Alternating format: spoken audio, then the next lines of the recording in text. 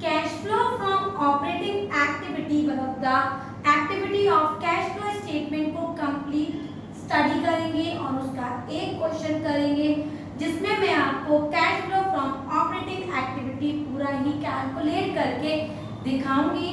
Last video और उससे भी पहले वाली वीडियो मतलब लास्ट 3 वीडियो से हमने net profit before tax and extraordinary items का फॉर्मेट पढ़ा। उसके बाद मैंने आपको बताया operating profit before working capital changes कैसे निकालते हैं। लास्ट वीडियो में हमने पढ़ा कैश जनरेटेड फ्रॉम ऑपरेशन कैसे कैलकुलेट होगी और आज मैंने complete cash flow from operating activity का फॉर्मेट बना रखा है। पहले हम इस फॉर्मेट को कंप्लीट स्टडी करेंगे, उसके बाद एक क्वेश्चन सॉल्व करेंगे जिसमें मैं आपको cash flow from operating activity कैसे निकालेंगे वो बताऊंगी। तो मैंने यहाँ पर फॉर्मेट बनाया हुआ है बेटा कैश फ्लो स्टेटमेंट का। Cash flow statement for the year end date particular detail and amount start किया है। फर्स्ट डाल के लिखा है cash flow from operating activities, underline कर दिया और के डाल के लिखा net profit before tax and extraordinary item, this is net profit. इसका वर्किंग नोट 1 डालेंगे क्योंकि इसकी कैलकुलेशन हम फॉर्मेट के बाहर ही कर लेते हैं। नेक्स्ट पॉइंट देखिए add items to be added. इसमें 7 आइटम्स मैंने आपको ऐड करने के लिए बताए थे। जरूरी नहीं है क्वेश्चन में सारे होंगे, जो हैं वो हम पुट करेंगे, जो नहीं है उसको हम इग्नोर करेंगे। Depreciation would be amortized, interest on borrowings, interest on bank overdraft, increase in provision for depreciation, doubtful debt, writing off underwriters commission and loss on sale of assets, मतलब सारे लगभग losses। लेस करेंगे बेटा profit on sale of assets, rent, interest and dividend receive, decrease in the provision for bad and doubtful debt. अगर ये है तो इनको कैलकुलेट करेंगे, नहीं तो आगे बढ़ जाएंगे अपने डी पॉइंट पे जिसको हम कैलकुलेट करते हैं operating profit before working capital changes a plus B minus c. Next point है हमारा ई पॉइंट जिसमें हम ऐड करते हैं decrease in current assets and increase in current liabilities. उसमें कौन कौन सी एसेट्स मैंने आपको बताई थी, inventories, trade receivable, prepaid and एक्यूर्ड।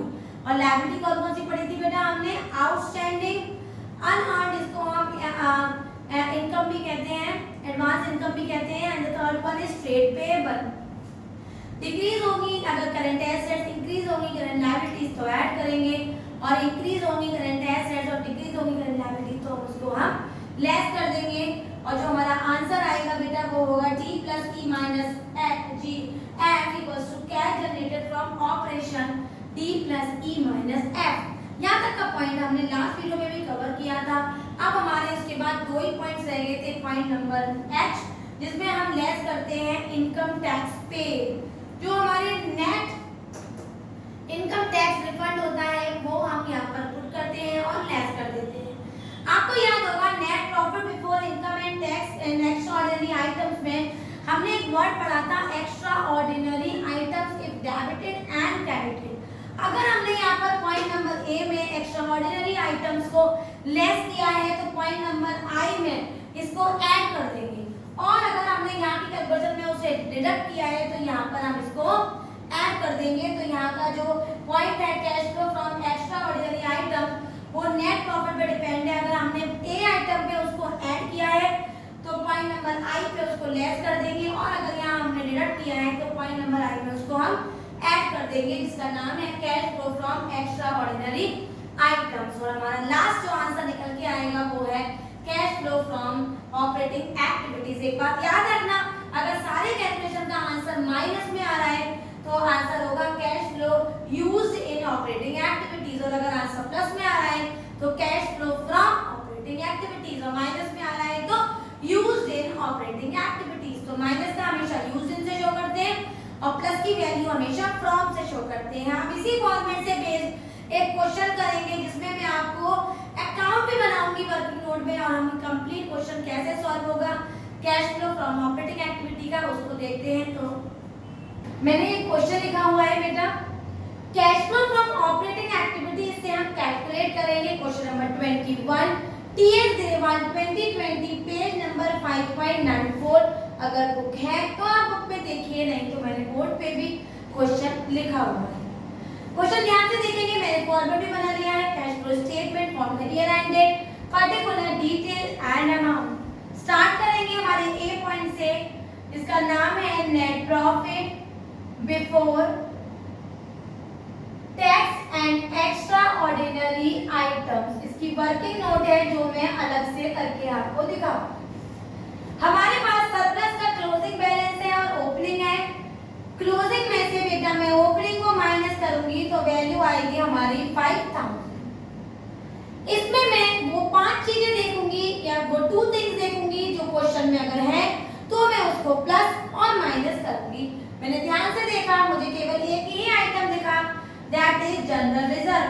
2,37,000 में 2,02,000 माइनस करेंगे तो वैल्यू आएगी हमारी 35,000 और मैंने अपना पॉइंट निकाल लिया जो कितना आया बेटा 5 एंड 37 को 2 से 35, 5 और 35 40,000 और मैंने यहाँ पर 40,000 लिख दिया और बता दिया कि ये पॉइंट मैंने वर्किंग नोट 1 में किया है, राइट। अभी मैं इसको हटा देती हूँ क्योंकि मुझे और भी कैलकुलेशंस करनी है, मैंने आपको करके दिखा दिया है। बी पॉइंट डालूंगी और मैं लिखूंगी यहाँ पर add items to be added. Check करूंगी क्या यहाँ पर वो एडेड आइटम्स हैं। तो मुझे पहला आइटम दिखा यहाँ पर गुडविल अमोर्टाइज।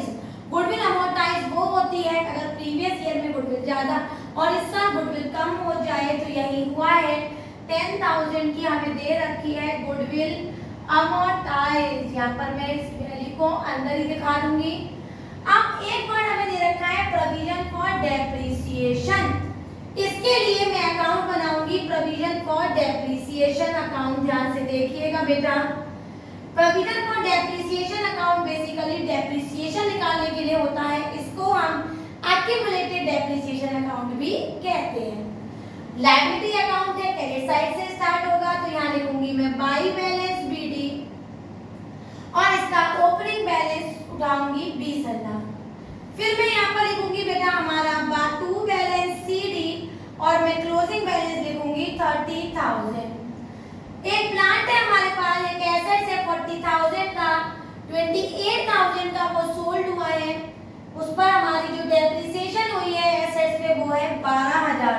तो मैं लिखूंगी यहाँ पर 2 एसेट्स 12,000, 12 और 30 को ऐड करूंगी बेटा 42,000 आ जाएगा।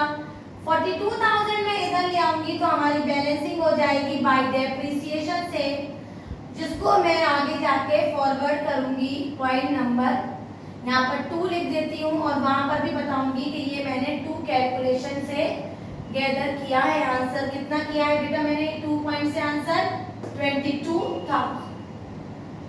तो इस तरह से कभी भी क्वेश्चन में प्रोविजन फॉर डेप्रिसिएशन दिया हो तो यहाँ पर और कोई एसेट भी बिकने के बारे में इंफॉर्मेशन हो तो बैलेंसिंग डेप्रिसिएशन की निकाल लेते हैं और पॉइंट नंबर बी में फिट कर देते हैं। तो मैंने यहाँ पर प्रोविजन का पॉइंट कर लिया, जनरल रिजर्व का पॉइंट कर लिया और स्टेटमेंट वाला पहला पॉइंट करा। ये मेरे करंट एसेट्स हैं और ये मेरे करंट लायबिलिटीज हैं।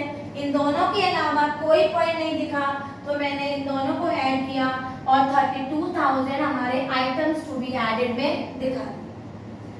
अब यहाँ पर सी आइटम आएगा less items to be deducted. आप सोचेंगे डिडक्टेड का तो कोई भी आइटम नहीं दिख रहा। अगर मेरे पास डेप्रिसिएशन है 22,000 और बेटा मेरे पास एक्स्ट्रा इंफॉर्मेशन में बताया है कि मेरी एक एसेट थी 40,000 की, 28 की इसकी बुक वैल्यू थी 36,000 का ये बेच दी गई, तो मैं एक और अकाउंट बनाऊंगी जिसका नाम होता है एसेट्स अकाउंट। ठीक है, इसका याद रखिएगा, ये हमने क्लास 11 में भी पढ़ा था। एसेट्स हमेशा खरीदी जाती है डेबिट साइड और सोल्ड की जाती है क्रेडिट साइड। तो मैंने यहाँ पर लिखा 2 बैलेंस बीडी और मेरे एसेट्स की कीमत थी 40,000। मैंने यहाँ लिखा बाई सेल्स अकाउंट या फिर सोल्ड लिख सकते हैं यहाँ पर, या बाई बैंक अकाउंट से हम ब्रैकेट में सोल्ड दिखा सकते हैं, वो है हमारा 36,000। मैंने यहाँ पर डेप्रिसिएशन निकाली थी बेटा 22,000 और बेटा मैं इसकी बैलेंसिंग कर दूंगी और बैलेंसिंग आएगी 000। तो सी आ जाएगा हमारा 848,000 और बेटा 48 में इधर ले आऊंगी तो बैलेंसिंग गेन से हो जाएगी हमारी 8,000। अगर यही बैलेंसिंग अगर हमारी क्रेडिट साइड होती तो बेटा वो लॉस की बैलेंसिंग होती। तो ओपनिंग बैलेंस लिखा, क्लोजिंग सोल्ड लिखा और मैंने यहाँ पर डेप्रिसिएशन लिखा। बैलेंसिंग अगर हमारी डेबिट में है तो वो गेन है और यही बैलेंसिंग अगर क्रेडिट में होती तो लॉस में होती। गेन हमेशा लेस कर दिया जाता है तो मैंने 8,000 रुपीज यहाँ पर लेस कर दिया। और मेरा डी आइटम आया operating profit before working capital changes, जिसमें मैं करूंगी a प्लस बी माइनस सी।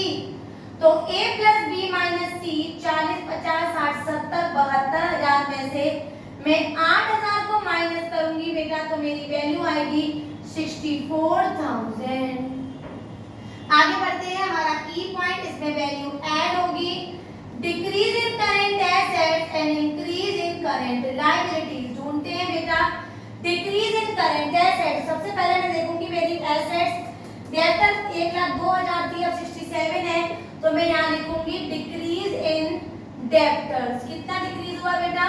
1,02,000 में से 67,000 को माइनस करूंगी और वैल्यू आ जाएगी हमारी 35,000, राइट। 35,000 में इधर लिखूंगी, हमारा ऐड आइटम है। और दूसरा भी देखूंगी क्या ये डिक्रीज हुआ है, नहीं ये इंक्रीज हुआ है तो यहाँ नहीं आएगा।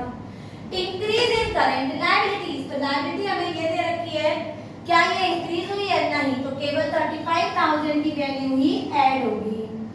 एफ पॉइंट लिखेंगे हम less increase in current assets and decrease in current liabilities. तो मैं देखती हूँ मेरी कौन सी एसेट्स इंक्रीज हुई है, तो एसेट्स इंक्रीज हुई है बिल्स रिसीवेबल वाली।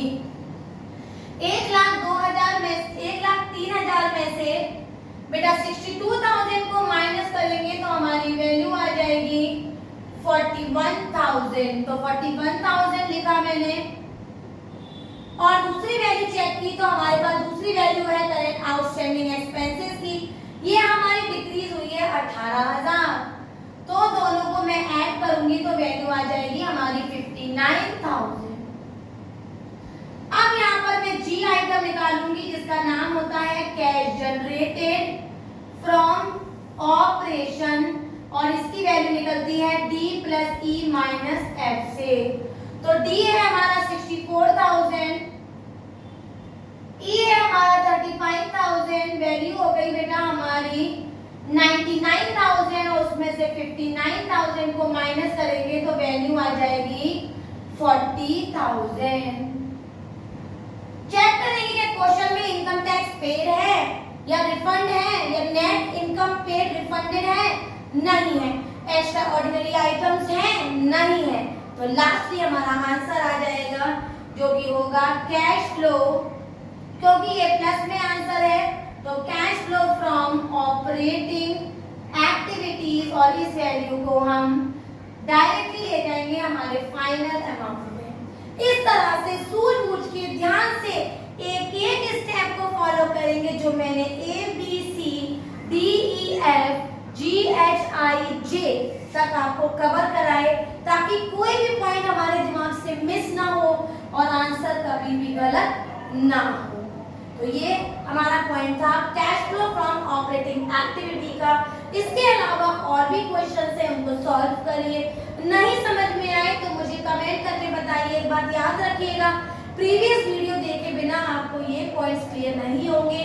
तो पिछले जितनी भी कैश फ्लो की वीडियोस हैं उनको सिस्टमैटिकली सीक्वेंस ऑर्डर में, क्रोनोलॉजिकल ऑर्डर में देखिए तो कभी भी मिस्टेक नहीं होगी और सारे पॉइंट्स क्लियर हो जाएंगे। वीडियो समझ में आई हो, सारे पॉइंट्स क्लियर हो गए हो तो मेरी वीडियो को लाइक करें, शेयर करें और मेरे चैनल को सब्सक्राइब जरूर करें। Thank you.